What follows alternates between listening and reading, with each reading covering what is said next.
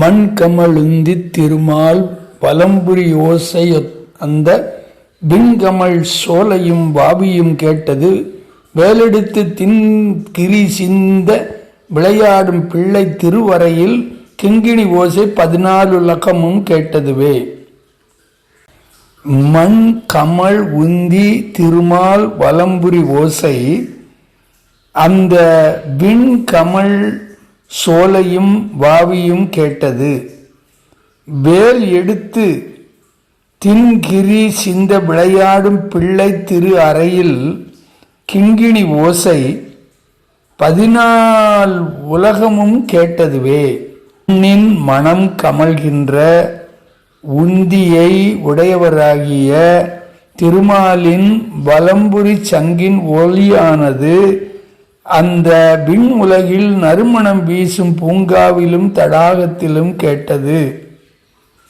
வேலாயுதத்தை திருக்கரத்தில் ஏந்தி திட்பமான மலைகள் பொடியாகி உதிருமாறு விளையாடுகின்ற பிள்ளையாகிய குமார கடவுளின் அழகிய இடையில் விளங்கும் கிண்கிணியின் நாதமானது 14 உலகங்களிலும் கேட்டது. விநாயகமூர்த்திக்கு ஜெய், சத்குரு அருணகிரிநாத சுவாமிக்கு ஜெய், வெற்றி வேல் முருகனுக்கு ஹரஹரோஹரா. ஆரா அமுதம் என ஆசுகவி ஸ்ரீராம் புகழும் திறமே அருள்வாய், தீரா கலைகள் திகழ் வாரிதியே, வாராய் வளமே வளர் வாரணனே. கந்தரலங்கார வரிசையிலே 93வது பாடலாகிய மண் கமல் உந்தி திருமால் என்கின்ற பாடலை இப்பொழுது அனுபவிக்க இருக்கிறோம். மண் கமல் உந்தி திருமால் வலம்புரி ஓசை அந்த வெண்கமல் சோலையும் பாவியும் கேட்டது. வேலெடுத்து தீங்கிரி சிந்த விளையாடும் பிள்ளை திருவரை கிங்கிணி ஓசை 14 உலகமும் கேட்டதுவே. முதல் பாட்டுல சொல்ற மாதிரி, இதுக்கு முன்னாடி 4 பாட்டுல சொன்ன மாதிரி மகாவிஷ்ணுடைய பராக்கிரமத்தை எல்லாம் சொல்லி, அப்படிப்பட்ட பராக்கிரமனுடைய மருகனாகிய முருகப்பெருமானுடைய அவனுடைய பெருமையை எடுத்து முருகப்பெருமானுடைய பெருமையெல்லாம் அருணகிரிநாதர் வரிசையா சொல்லிட்டு வர. மகாவிஷ்ணுடைய பெருமை சொல்லும்போது இப்ப சொன்னாலே வனமாலி கதி சாங்கி சிங்கி சக்கரி சனந்தகி ஸ்ரீமான் நாராயண வாசுதேவ பிரட்சதுன்னு மகாவிஷ்ணு கையில 5 ஆயுதங்கள் இருக்கிறது. பஞ்சாயுதன மூர்த்தின்னு பேரு. இந்த 5 ஆயுதங்களை வச்சுட்டு அசுரர்களை எல்லாம் சம்மாரம் பண்ணுவார். இந்த லோகத்தை ரட்சிக்கிறதுக்காக இந்த 5 ஆயுதங்களை வச்சுட்டு இருக்கார். வனமாலிங்கிறது அவருக்கு வெற்றி மாலை, கழுத்தலை மாலை. கதி சாங்கி அப்படிங்கிற சாரங்கம் என்பதே அவர் கையில இருக்கிற வில்லு, சாரங்கம்ங்கிற வில்லு. கதினா கதை, கையில இருக்கிற கதை கோமத்தியம்னு பேரு. கோமத்தியம், சாரங்கம், சங்கி சக்கரி. சங்கம் அப்படிங்கிறது பஞ்சஜன்யம்ங்கிற சங்கு, சக்கரிங்கிறது சுதர்சனம்ங்கிற சக்கரம், நந்தகிங்கிறது மகாவிஷ்ணு கையில இருக்கிற வாழ். வனமாலி கதி சாமி சங்கி சக்கரி சனந்தகி ஸ்ரீமான் லக்ஷ்மியுடைய பதி ஸ்ரீமான் நாராயணோ விஷ்ணு வாசுதேவோ பிரட்சது. இப்படி ஸ்ரீமான் லக்ஷ்மிபதி நாராயணன் வாசுதேவன் இப்படி இருக்க பகவான் நாராயணன் வந்து நம்ம எல்லாம் ரட்சத்து காப்பாற்ற வேண்டும் என்று வேண்டிக்கிற பாடல் தான் இப்ப சொன்னாங்க. அந்த 5 ஆயுதத்திலே மகாவிஷ்ணு கையில் இருக்கக்கூடியது சங்கம் அப்படிங்கிற ஆயுதம். இது ரொம்ப முக்கியமான ஆயுதம். எதுக்குன்னு கேட்டா, சங்கம் எப்படி ஆயுதமாகும்? சக்கரம் தான் ஆயுதமாகும், அம்பு ஆயுதமாகும், வில்லு ஆயுதமாகும், அந்த நந்தகி ஆகிய வாழ்வு ஆயுதமாகும்.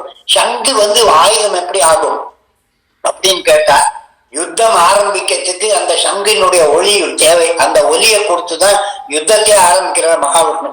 அந்த சங்கு என்ன பண்றதுன்னா, அந்த சங்குடைய சக்தியை நாம கவனிக்கணும். இந்த பாடல்ல சங்குடைய சக்தியெல்லாம் அருணகிரிநாதர் மிக சிறப்பாக சங்கு என்னது, அந்த சங்கோட சக்தி என்னங்கிறதெல்லாம் எடுத்து பேசுகின்றார்கள். கண்ணன் என்ன பண்ணான்னா மண் தின்றான். அந்த மண் தின்ற கண்ணனுடைய கமல், மண் கமல் உந்தி திருமால். உந்தின வயிறு, கண்ணனுடைய வயிற்றிலே. கண்ணன்னு சொல்லும் போது மகாவிஷ்ணுடைய வயிற்றிலே எல்லா அண்ட சராச்சரமும் இருந்தது. பாகவத புராணத்திலே முதல் கதை இதுதான். சுவாமி அந்த சயனத்துல படுத்துட்டு இருக்கார். வயத்திலிருந்து அவர் தியானம் பண்ணிட்டு இருக்கும் போது வயத்திலிருந்து நாப்பியிலிருந்து ஒரு தாமரை புறப்பட்டு வருது. அதனால சுவாமிக்கு பத்மநாபன் பேரு.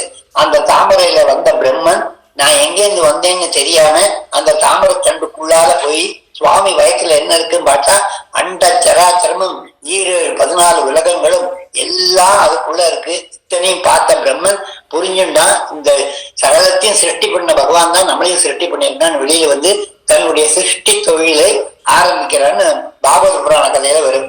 அப்படி இந்த மகாவிஷ்ணு எல்லா உலகங்களையும் வயிற்றை வச்சு கொண்டிருக்கிறான். கண்ணன் என்ன பண்ணான்னு கண்ணன் லீலையிலே மண்ணை எடுத்து திங்குறான். யசோதை வந்து பார்த்தா பலராமன் சொன்னா கண்ணன் மண்ணை தின்றான்னு. யசோதை வந்து கண்ணா வாயை திறந்தா எல்லாம் 14 உலகமும் கண்ணன் வாயிலே தெரிந்ததுன்னு சொல்லுவாங்க. அதனாலே மண் கமல் உந்தி திருமால் மட்டுமல்லாமல் திருபரசமா இருக்கும் போது மகாவிஷ்ணு அம்பா வச்சுட்டு சிவபெருமான் சண்டைக்கு போறார். அந்த சண்டையில மேருகிரியை வில்லா வச்சுட்டு வாசுகிய பாம்பா வச்சுட்டு மகாவிஷ்ணு அம்பா வச்சு அடிக்கிறார். அந்த பானம் போச்சு 3 தேரும் நேரா வராம அந்த அம்பானது போய் மண்ணுல போய் விழுந்தது. அதனால பானமே மண் தின்ற பானம் சொல்லுவாங்க. மகாவிஷ்ணு மண் தின்ன காரணம் அதுதானா. அதனால மண் கமல் உந்தியில வைத்து மண் கமல் மண் வாசனை அடிக்கக்கூடிய உந்தி திருமால். திருமால் லட்சுமியின் கணவன் நாராயணன். வலம்புரி ஓசை, வலம்புரி இடம்புரின்னு சங்குக்கு 2 வலது பக்கமா தெரிஞ்சா அது வலம்புரி, இடது பக்கமா தெரிஞ்சா அதுக்கு இடம்புரின்னு பேரு. 2 விதமான சங்கங்கள் உண்டு. மகாவிஷ்ணு கையில இருக்கிறதுக்கு பஞ்சஜன்யம்னு பேரு.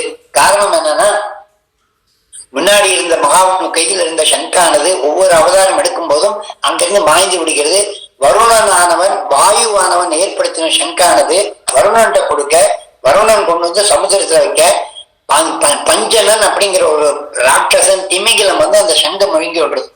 அந்த திமிங்கலம் சமுத்திரத்துக்குள்ள இருக்கு.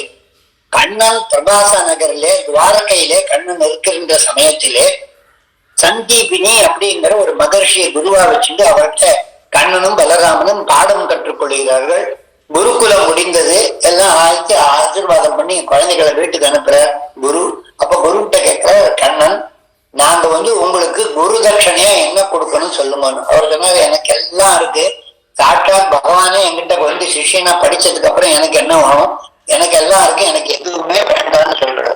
இல்ல நீங்க எங்களுக்கு குருவா இருந்து சொல்லி கொடுத்ததுனால குரு தட்சணை வாங்கிக்கணும்னு கேட்கிறாரு.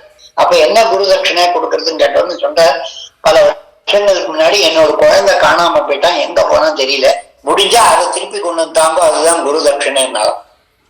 இது ஒரு பல வருஷத்துக்கு முன்னால காணாம போன குழந்தை எத்தனை வருஷத்துக்கு முன்னாடி போச்சு, எங்க தொலைச்சு போச்சு, எதுவுமே தெரியாத கண்ணனும் பலராமனும் சுவாமியை நினைச்சுன்னு நேரம் வந்தா சமுத்திரத்திட்ட வந்து சமுத்திரத்திட்ட கேட்கிறா. சமுத்திரம் சொல்றது முன்னாடி பஞ்சனன்னு ஒரு அரக்கன் திமிங்கலமானது உங்க சந்தீபினி மகர்ஷியுடைய குழந்தைய முழுங்கி இருக்கு, அதுகிட்ட போனீங்கன்னா ஜெயிக்கலான்னு கண்ணனும் பலராமனும் சமுத்திரத்துக்குள்ள இறங்கி அந்த அந்த பஞ்சனன் என்கின்ற அரக்கனாகிய திமிங்கலத்தை அடிச்சு பயத்தை கிழிக்கிறா. கிழிச்சா உள்ள எலும்புகள் இருக்கே ஒழிய அது யார் எலும்பு என்னன்னு தெரியல. கூடவே சங்கு பஞ்சஜன்யம் என்கின்ற சங்கும் அதுல இருந்தது.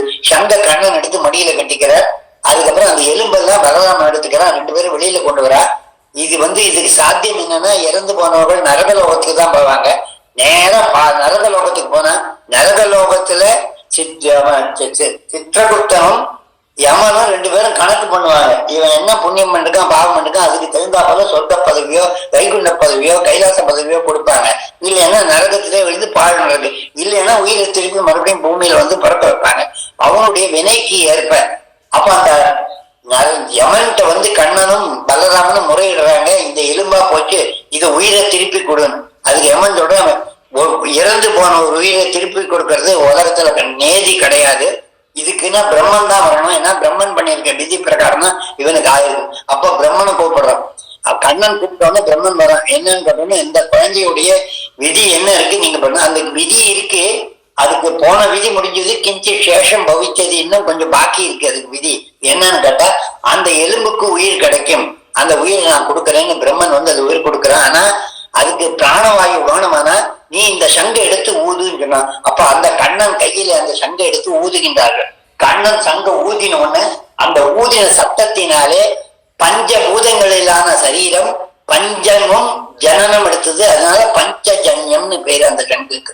அந்த ஊதின போது அந்த நரக உலகிலே அந்த சமயமணி அப்படிங்கிற தலைநகரம், நரகத்துக்கு தலைநகரம், அந்த தலைநகரத்துல இவர் போய் சங்க ஊதின உடனே அங்க ஏற்கனவே கிடந்த உடல்கள் எல்லாம் ஆத்மாக்கள் எல்லாம் முக்தி அடைஞ்சு எல்லாம் வைகுண்டத்துக்கு தேர்ல வைகுண்டத்துக்கு போய் சேர்ந்துதான். மகாவிஷ்ணு அந்த சங்க ஊதினோடனே அந்த சங்கநாதத்திலே அரை குறையா இருந்த பேய்கள், பூதங்கள், பிசாசுகள் எல்லாம் முக்தி அடைந்து இறைவனுடைய திருவடி அடைந்தது. சங்கநாதத்துக்கு முக்தி கொடுக்கின்ற சக்தி இருக்கு, சங்கநாதத்துக்கு ஜீவன் கொடுக்கின்ற சக்தி இருக்கு.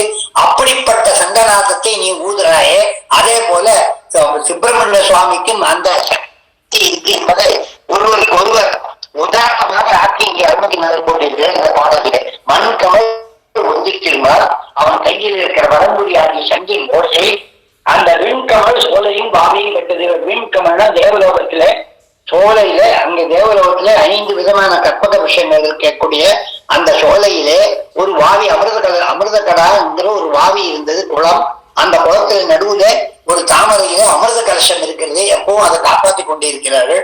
அந்த அமிர்தத்தை கொடுக்கக்கூடிய அந்த தேவலோகம், அமிர்தம் இருக்கக்கூடிய தேவலோகம், அது இந்த மகாவிஷ்ணு ஊதின சங்கிலே. ஏன்னா தேவேந்திரன் புள்ளதான் அர்ஜுனன். இந்த அர்ஜுனனை காப்பாற்ற போறாங்கிறத அந்த கோஷத்துல சுவாமி சங்கில அந்த சத்தத்தை கொடுக்கிறார். அந்த சத்தத்தை கேட்ட உடனே மண்கமல் உந்தி திருமால் வலம்புரி ஓசை கேட்டு அந்த வெண்கமல் சோலையும் வாவியும் கேட்டது. அது ரெண்டத்தையும் அசைஞ்சு அதில் வச்சுதான் அந்த சவுண்டு, சங்கு சவுண்டு. ஆனா வேலெடுத்து திங்கிடி சிந்த விளையாடும் பிள்ளை, வேலெடுத்துன்னு முருகன் சண்டைக்கு புறப்படுறான். புறப்படும் போது சூரபத்மாதிகளை அழிக்கிறதுக்காக கங்கணம் கட்டிட்டு சுவாமி புறப்படும் போது இடுப்புல இருக்கிற மணி ஓசை கலகல கலகலான்னு மணி ஓசை பண்ணித்தான். அந்த ஓசை பட்டு 14 உலகமும் கேட்டுதான். அந்த ஓசை பட்டில் அந்த ஓசை திருவரைக்கு ஓசை 14 உலகமும் கேட்டதுவேனா, இங்க உலகமும் கேட்டதுவே உலகத்துக்கு கேட்டதுவேன்னு இல்ல, உலகம் கேட்டதுவேனா அதுக்கெல்லாம் உயிரே வந்து கொடுத்து. அந்த ஜடமா இருக்கிற உலகங்களுக்கெல்லாம் உயிர் வந்து அது இந்த சங்க ஓசை, முருகப்பெருமானுடைய திருவரை கிங்கிணி ஓசையை கேட்கறதான். அந்த அளவுக்கு அங்கே அவர் பாடல்கள் இருக்கிறார். அந்த அதல சேடனாராட என்கின்ற பாடலிலே கதை விழாத தோல்விமன் எதிர்கொள் வாழியால் நீடு கருதரார்கள் மாசேனை பொடியாக கதறு காலி போய் மீளும் விஜய நேரும் தேர் மீது கனக வேத கோடு ஊதி அலைமோதும். கோடு ஊதின சண்டை ஊதுகின்றவன் அலைமோதும் உதவி மீதிலே சாயும் உலக மூடு சீர்பாதன் உவனமூர்த்தி மாமாயன் மருகோவனே. அருள்மிகிறார் சொல்ற. அப்படிப்பட்ட மகாவிஷ்ணு கையில கோடு என்கின்ற சங்கம், அந்த சங்கத்தை ஊதுகிறார் சுவாமி. ஜகத்தை அகத்திடு நெடியவர்னு ஒரு பாடல் சொல்லிக்கிறார். படிக்கடத்தையும் வயிறு நடை நெடியவர், வயிறுல போட்டுங்க, வயிறடை வயிற்று அடைச்சு கொண்ட நெடியவர்னு சொல்றார். ஒருவரை பங்கில் உடையாள் குமாரன், அவன் முருகப்பெருமானுடைய திருவரையில் இருக்கக்கூடிய கிங்கிணிக்கு இருக்கிற சக்தி என்னன்னு ஒரு பாடல். ஒருவரை பங்கில் உடையாள் குமாரன் ஒட்டிய திருவரை கிங்கிணி ஓசைப்பட நெடுக்கிட்டு அரக்கர் வெறுவர திக்கு செவிடுபட்டு 8 வெறுப்பும் கனக பருவரை குண்டும் அதிர்ந்தது தேவர் பயங்கட்டது. சுவாமி சண்டைக்கு புறப்பட்ட மாத்திரத்திலே அவர் இடுப்புல இருக்கிற மணி ஓசை கேட்டு அந்த கிங்கிணி ஓசையில சந்தோஷப்பட்டு தேவர்களுக்கெல்லாம் பயம் போச்சு, அசுரர்கள் பயம் பிடிச்சுக்கிச்சான். அந்த அளவிலே ஒரு பாடலத்தோட சண்ட அமர் மண்டசுரர் யமம் வரும்போது சுவாமியுடைய இடுப்புல இருக்கிற கிங்கிணி நமக்கு என்னத்தை கொடுக்கிறது போல சண்டாமர் மண்டசுரர் மண்டை நினம் என்று அலகை உண்டு உமிழ்தல் கண்டு அமரர் இந்திரன் வணங்குகின்ற பத தண்டை சிறு கிங்கிணி புலம்பிட வரும் பவனி மயில்வாகனா. அவர் சூரபத்மாதிகளை அழிக்கிறார் சுவாமி. அப்ப சுவாமி தண்டையில இருக்கிற கிங்கிணியோட சட்டம் வந்து ஒப்பாரி வச்சு எழுதுதான் சூரபத்மாதிகள் எழுந்து போறான்னு. அந்த அளவுல முருகனுடைய இடுப்பிலே இருக்கிற கிங்கணியும் தண்டையில இருக்கிற கிங்கணியும் ஓசை செய்தா என்ன வந்தது? இந்த ஓசை நயத்தை கொடுத்து எதுக்கு சொல்லியிருக்காங்க? அந்த ஓசை நயமானது குண்டலினி சக்தியை எழுப்பி மூலாதாரத்திலிருந்து சகஸ்திரதளம் வரைக்கும் கொண்டு போய் அங்கே பகவானுடைய காட்சியை கொடுப்பதனால அந்த சங்கம் ஓசை நம்மளுடைய பாபங்கள் எல்லாம் தீர்த்து நமக்கு புண்ணியத்தை கொடுத்து நம்மளை இறைவனிடம் சேர்க்கக்கூடிய சக்தி வாய்ந்தது அந்த சங்கத்தினுடைய சத்தமும். முருகப்பெருமான் திருவலை கிங்கிணியிலே இருக்கக்கூடிய மணி சத்தம். வாசி கை கொண்டன, முருகன் கையில மணி கண்டம் வாசி கை கொண்டன, கையில மணியை வச்சுட்டு மணி ஓசையும் அசுரர்களை அகற்றி துஷ்ட சக்திகளை அடக்கி தெய்வ சக்தியை பக்கத்துல கொண்டு வரக்கூடிய தன்மை வாய்ந்தது மணி ஓசை. அதே போல சங்கம் ஓசை. சங்கத்தை ஊதும் போது சத்தத்துக்கு அப்புறம் கூட சங்கு ஊதுறா. காரணம் என்னன்னா, அதனால சங்கு ஊதிட்டான் அப்படின்னாக்கா சங்கம் ஊதும் போது அந்த ஆத்மா வந்து பிறஞ்சி இறைவனிடம் சென்று அடைகிறது. அதனால சங்கமானது புண்ணியத்தை கொடுக்கக்கூடியது.